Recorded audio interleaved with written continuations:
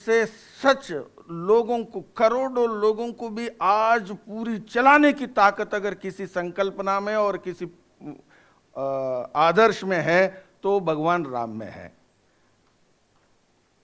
मुझे मालूम है कि जब पार्लियामेंट में जब डिस्प्यूटेड स्ट्रक्चर, जो विवादास्पद जो गिराने का काम जो हुआ था, तो प्रस्ताव, अविश्वास प्रस्ताव या उस पर चर्चा चल रही थी या इस घटना पर चर्चा चल रही थी, तो उसमें भाजपा के लोग भी बोले, अटल जी जैसे लोगों ने भी बोला। तो मुझे उस समय के प्रधानमंत्री पीवी नरसिम्हा राव खड़े होकर बोले, मुझे बहुत याद है वो, उन्होंने कहते हुए कहा, मैं भाजपा के साथ लड़ सकता हूं और मैं भाजपा के साथ लड़ सकता हूं तो मैं कई बार हरा भी सकता हूं, उसमें कोई दिक्कत मुझे नहीं है, लेकिन लड़ाई जब भगवान राम के साथ करना हो तो फिर संभव नहीं है। यह देश में भगवान राम के साथ लड़ना और कोई सोचता है तो त्रेता युग में भी वो जी नहीं पाया है, द्वापर में भी नहीं जी पाया है और कलयुग में भी वो नहीं जी पाएगा। This is not just me, Muralidhar Rao is saying. P V Narasimha Rao जो उस समय बताया है कि भगवान राम के साथ लड़ाई नहीं हो सकता। तो ऐसे आदर्श, मेरा कहना है कि आज ऋषि महर्षि वाल्मीकि ने भगवान राम के बारे में जब लिखा है और राम राज्य के बारे में बड़ी विस्तार से चर्चा किया, और तुलसीदास जी ने जब राम राज्य की बहुत चर्चा की और कई लोगों ने उस पर शोध किया, चर्चा किया, तो भगवान राम के जो राज है वो हम इसलिए नहीं मानते हैं कि वो राजा है और वो ताकत रखते थे, वो इसीलिए मानते हैं कि जो ताकतवर नहीं है उसकी ताकत की चिंता करते थे, इसलिए भगवान राम को राम राज्य की आदर्श है। The people who were voiceless, the people who were marginal, the people who were seen as weak, dumb, resourceless, ऐसे लोगों के लिए वही स्थान है जो सामान्य नहीं, भगवान राम का जो स्थान है वही स्थान। और राजा डाउट से परे, संदेह से परे, प्रश्न से परे, और प्रश्न से परे नहीं है तो फिर वो राजा का नैतिक अधिकार नहीं है। तो मेरा कहना है, अब राज की संकल्पना कोई करे, चाहे वो तेलंगाना में, चाहे आंध्र में, चाहे देश में, चाहे दुनिया में, this is the role model for the whole world and world future civilisation. यह है हमारा देन है दुनिया के लिए, और इस पर चर्चा होगी और चर्चा करना पड़ेगा। दुनिया में कोई ऐसा उदाहरण लेके आओ कि जो भगवान राम के जैसे राजकाज की एक संकल्पना आज हजारों सालों के बाद भी इतनी बड़ी भूभाग को प्रेरित करने वाला कोई है क्या? तो you come and show, demonstrate. देखो, सोशल मीडिया में अगर इसके विरोध करने वाले हैं तो उस पर काम करना पड़ेगा। Come with examples, come with challenging questions. तो मेरा कहना है, अब मैं इससे आगे बढ़कर कहता हूं, Hindu movement is a knowledge movement in the world. ये बात आप ध्यान रखिए। अब ज्ञान के आंदोलन है और ज्ञान के अभियान है दुनिया में। हिंदू रिसर्जेंस मूवमेंट, ये कोई अंधकार के अभियान नहीं है, ये मिडिवियलिज्म का अभियान नहीं है, और ये कोई बारबारिज्म का अभियान नहीं है, ये कोई ब्रुटैलिटी का अभियान नहीं है, ये कोई मिस इन्फॉर्मेशन कैंपेन का अभियान नहीं है, ये कोई डिस इन्फॉर्मेशन कैंपेन का अभियान नहीं है, ये ज्ञान का आंदोलन है। ये हम सब सोशल मीडिया में हिंदू के नाते जो सोचते हैं, हिंदू के नाते जो काम करते हैं, उनका काम है ये। मैं कई बार लगता है, कभी कमिंग फ्रॉम हैदराबाद, अब तेलंगाना एक स्टेट बना, बड़ा सैक्रिफाइसेस के बाद बना, చాలా త్యాగాల తర్వాత, బలిదానాల తర్వాత తెలంగాణ ఏర్పడింది। తెలంగాణ ఏర్పడింది అంటే ఏదో 1947లో 48 నుంచి స్టార్ట్ అయ్యి లేకపోతే 2020లో 2014లో ఏర్పడింది కాదు. తెలంగాణకు చరిత్ర ఉంది. రామాయణంలో త్రేతాయుగంలో ఎట్లా చరిత్ర ఉందో తెలంగాణ అప్పటి నుంచి చరిత్ర ఉంది, యుగ యుగాలుగా ఉన్న చరిత్ర. నాకు అర్థం కాదు ఏంటంటే మనం 420 సంవత్సరాలు 400 సంవత్సరాల కన్నా ఎక్కువ బానిసత్వంలో విదేశీ ఆక్రాంతాలు ఎవరైతే ఉన్నారో వాళ్ళ రాజరికంలో మనం నష్టపోయినాం. తెలంగాణ కూడా నష్టపోయింది. అది నష్టపోలేదు అని ఎవరన్నా అనుకుంటే మనం ఛాలెంజ్ చేస్తాం.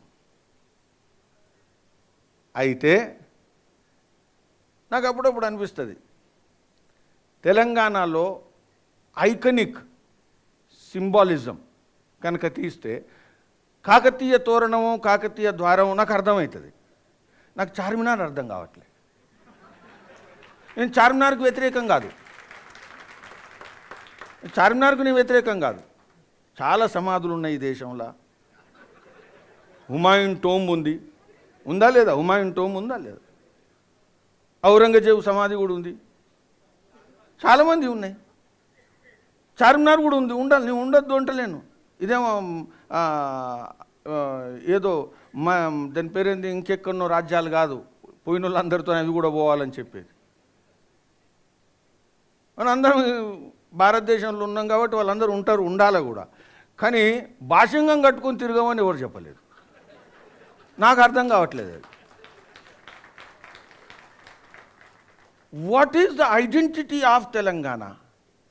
What is the identity of India? India cannot be identified with such symbols which have perpetrated this brutality and terrorism.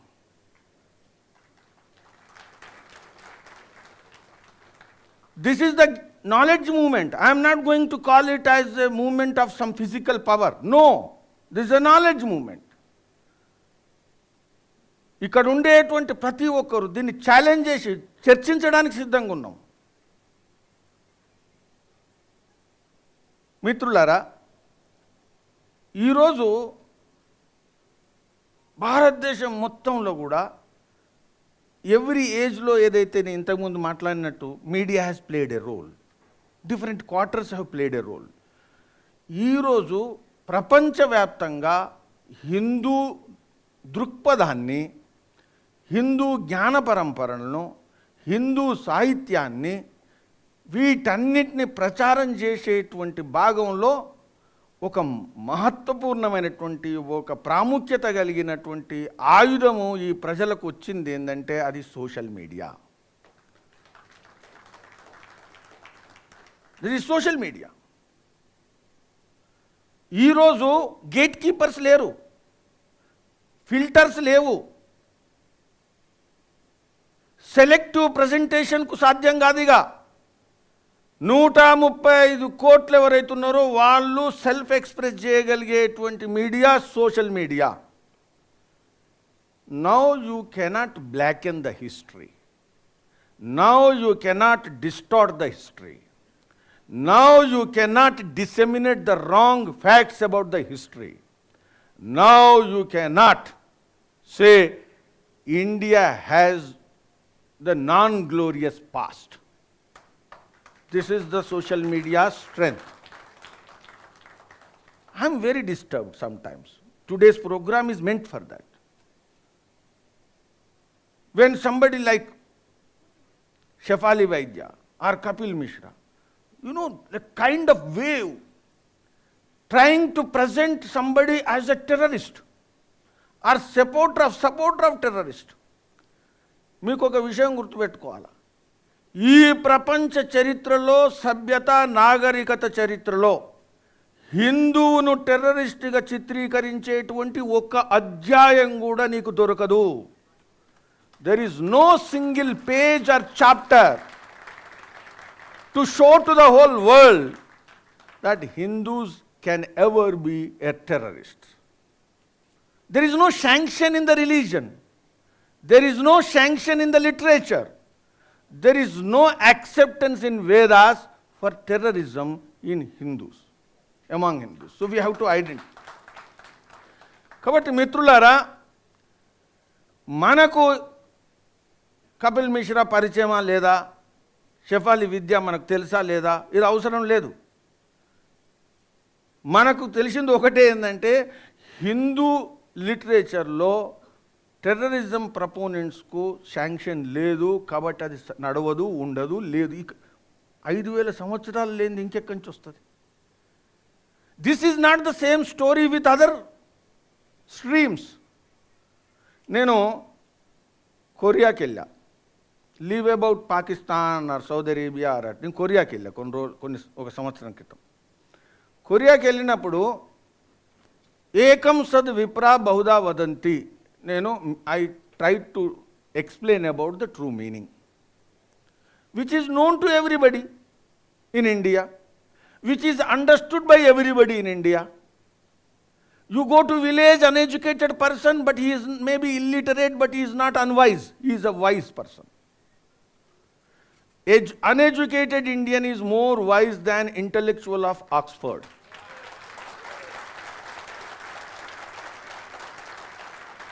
నేను చిన్నప్పుడు నా గ్రామంలో నేను మనోజ్ తివారీ గారు చెప్పినట్టు నేను నా గ్రామంలో పెరిగిన, గ్రామంలో ఆడుకునేవాడిని. ఆ గ్రామంలో మన బాట ఉంటుంది కదా, రోడ్డు బాట ఏదో ఉంటుంది, నడుస్తుంటే నాకు మా తాత లేకపోతే మా ఇంట్లో పని చేసేవాళ్ళు వీళ్ళందరూ కూడా చేస్తూ చూపించింది ఏంటంటే, ఎక్కడన్నా రోడ్డు మీద బాట మీద బండ కనబడితే రాయి, దాని వాళ్ళు దాటి వెళ్ళిపోరు, తీసి పక్కకేస్తారు. This is a living example I have seen in my village. So అందుకని భారతదేశంలో మన మధ్య ఏవైతే విలువలు ఉన్నాయో వాటి విషయంలో, అన్నిటి విషయంలో కూడా రాబోయే రోజుల్లో ప్రచారం జరగాలి. ప్రచారం ఎందుకు జరగాల అంటే ఏదో ఓట్ల కోసం, సీట్ల కోసం, పవర్ కోసం కాదు. సరి అయినటువంటి విషయం అందరికీ తెలవాలి. मनोज जी बोल रहे थे मोदी जी के बारे में, बीजेपी ने एक स्लोगन दिया, मैं यहां बीजेपी की कैंपेन के लिए नहीं खड़ा हूं और ये इलेक्शंस की दृष्टि से रखा हुआ नहीं है. सबका साथ, सबका विकास, सबका विश्वास. ఇది అమెరికాకు పోతే విచిత్రం అనిపిస్తుంది, కొన్నిసార్లు వాళ్ళు కూడా స్లోగన్ దీన్ని యాక్సెప్ట్ చేయవచ్చు. కానీ భారతదేశంలో ఈ స్లోగన్ విచిత్రమైన స్లోగన్ కాదు. ఎందుకంటే సర్వే భవంతు సుఖినః, లోకా సమస్త సుఖినః, అందరికి కళ్యాణం కావాలా. నా ఇంట్లో పూజ చేసినా, మీ ఇంట్లో పూజ చేసినా, నా ఇంట్లో యజ్ఞం చేసినా, మీ ఇంట్లో యజ్ఞం చేసినా, నా క్షేమము, మీ క్షేమము, అందరి క్షేమము, ప్రపంచ క్షేమము, సృష్టి చరాచర ప్రకృతి క్షేమము, అన్ని క్షేమాలు కోరకపోతే మనకు మోక్షమే లేదు, పూజ లేదు. అందరి క్షేమం కోసం నా దగ్గర నుంచి స్టార్ట్ అయ్యి అందరి క్షేమం కోసం పూజ చేసేటువంటి సమాజం ఈ ప్రపంచంలో ఏది ఉందంటే మనమే, ఇంకెవ్వరు లేరు.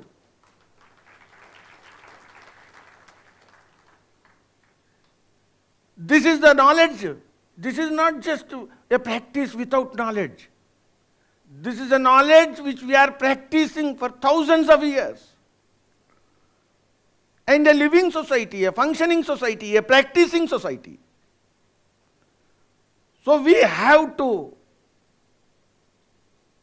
tell with authority, this has not come without a kind of philosophical background or grounding. This has come with a solid grounding. రెండో విషయం, మనం తెలుగు వాళ్ళం, నేను చాలా వేదికల మీద మాట్లాడుతున్నా, మన దగ్గర ఈ దేశంలో ఉన్నన్ని భాషలు ఏ దేశంలో లేవు, ఏ ప్రపంచంలో ఎక్కడ కూడా లేవు. గ్రామర్తో యుక్తంగా, ఛందోబద్ధంగా అభివృద్ధి చెందినటువంటి భాషలు కలిగినటువంటి దేశం ఏదన్నా ఉంటే అది భారతదేశం. ఆట వెలది, సీసా ఇలాంటి పద్యాలు ఎంత గ్రామర్, ఛందోయుక్తంగా ఉండేటువంటి వ్యాకరణం కలిగినటువంటి భాష తెలుగు భాష. మన ఫిలాసఫీ, మన థాట్ ప్రాసెస్ సంకీర్ణమైతే ఇంత వ్యాకరణ శుద్ధమైనటువంటి ఇన్ని భాషలను అభివృద్ధి చెందగలిగేటువంటి పరిస్థితి ఎలా వస్తుంది? This is the question. This has not come without a philosophical background or grounding. అయితే నేను తెలుగు విషయంలో విశేషంగా చూస్తున్నా, మన దగ్గర అవధాని పరంపర అని ఒకటి ఉంది. మీ అందరికీ కూడా తెలుసా అవధాని పరంపర? అష్టావధాని, శతావధాని, సహస్రావధాని, శతసహస్రావధాని. రాబోయేటువంటి రోజుల్లో ఈ ఒక్క అవధాని విద్య, వీరు ఇంతకుముందు ఏమన్నారు గౌరంగ్ దాస్ గారు, ఫ్యామిలీ కన్సల్టెన్సీ, ట్రావెల్ ఏదైతుందో ఫ్యామిలీలో వచ్చి జీవించడం కోసం ప్రపంచమంతా రావాల్సిందే. ఎందుకంటే ఫ్యామిలీ ఎక్కడ లేదు. ఫ్యామిలీ కాంట్రాక్ట్లో పెడితే రాదు, మ్యారేజ్ కాంట్రాక్ట్లో పెడితే ఫ్యామిలీ రాదు. Family is based on trust, relation, on many things, adjustment, accommodation, understanding. అందుకని ఫ్యామిలీ ఇవన్నీ వేల సంవత్సరాల నుంచి ఫ్యామిలీ ఉంది. పాండవుల తల్లి కుంతి ఉన్నప్పటి నుంచి ఎట్లయితే ఫ్యామిలీ ఉందో ఇప్పటికి కూడా అదే ఫ్యామిలీ ఉంది మన దగ్గర. కాబట్టి ఫ్యామిలీ లేదు అనేది లేదు. కానీ మీకు విషయం చెప్పదలుచుకున్నా, రాబోయేటువంటి రోజుల్లో ప్రపంచవ్యాప్తంగా విద్యారంగాన్ని, మిలిటరీ రంగాన్ని, ఆటల రంగాన్ని, కళల రంగాన్ని విప్లవాత్మకమైనటువంటి మార్పులు తీసుకురాగలిగేటువంటి సత్తా ఏదైనా ఉంటే అది అవధాని పరంపరలో ఉండేటువంటి ధారణ పరంపర. ధారణ లేకుండా అవధాని పరంపర లేదు. ధ్యాన, ధారణ, సమాధి ఏదైతే మన క్రియ ఉందో అందులో ధారణ మనం చదువుకున్నాం పుస్తకాల్లో, కానీ మనం చదువుకున్నాం కానీ ప్రాక్టీస్ చేస్తున్నది ఎక్కడ? యూనివర్సిటీలు లేదు కదా. 1000 people asking questions in an auditorium one by one, and a person is supposed to answer by creating a poet within 1 minute, 1.5 minutes, 2 minutes. Is it possible in anywhere in the world? This is a knowledge tradition which is there in India and in Telugu land. కాబట్టి అవధాని పరంపర అంటే ఏదో ఇప్పుడు నేను పాటలు పాడుకుంటున్నారు లేకపోతే ఎవరెవరు ఉన్నారు వాళ్ళ గురించి చెప్పట్లే. అవధాని పరంపరలో ఉండేటువంటి సూత్రబద్ధమైనటువంటి ధారణ విధానం ఏదైతుందో ఆ ధారణ విధానము శాస్త్రీయమైంది. ఆ ధారణ విధానం ద్వారా ఇన్ని రంగాలు కూడా మార్చగలిగేటువంటి భవిష్యత్తులో సత్తా ఉండేటువంటి రంగము అవధాని పరంపర.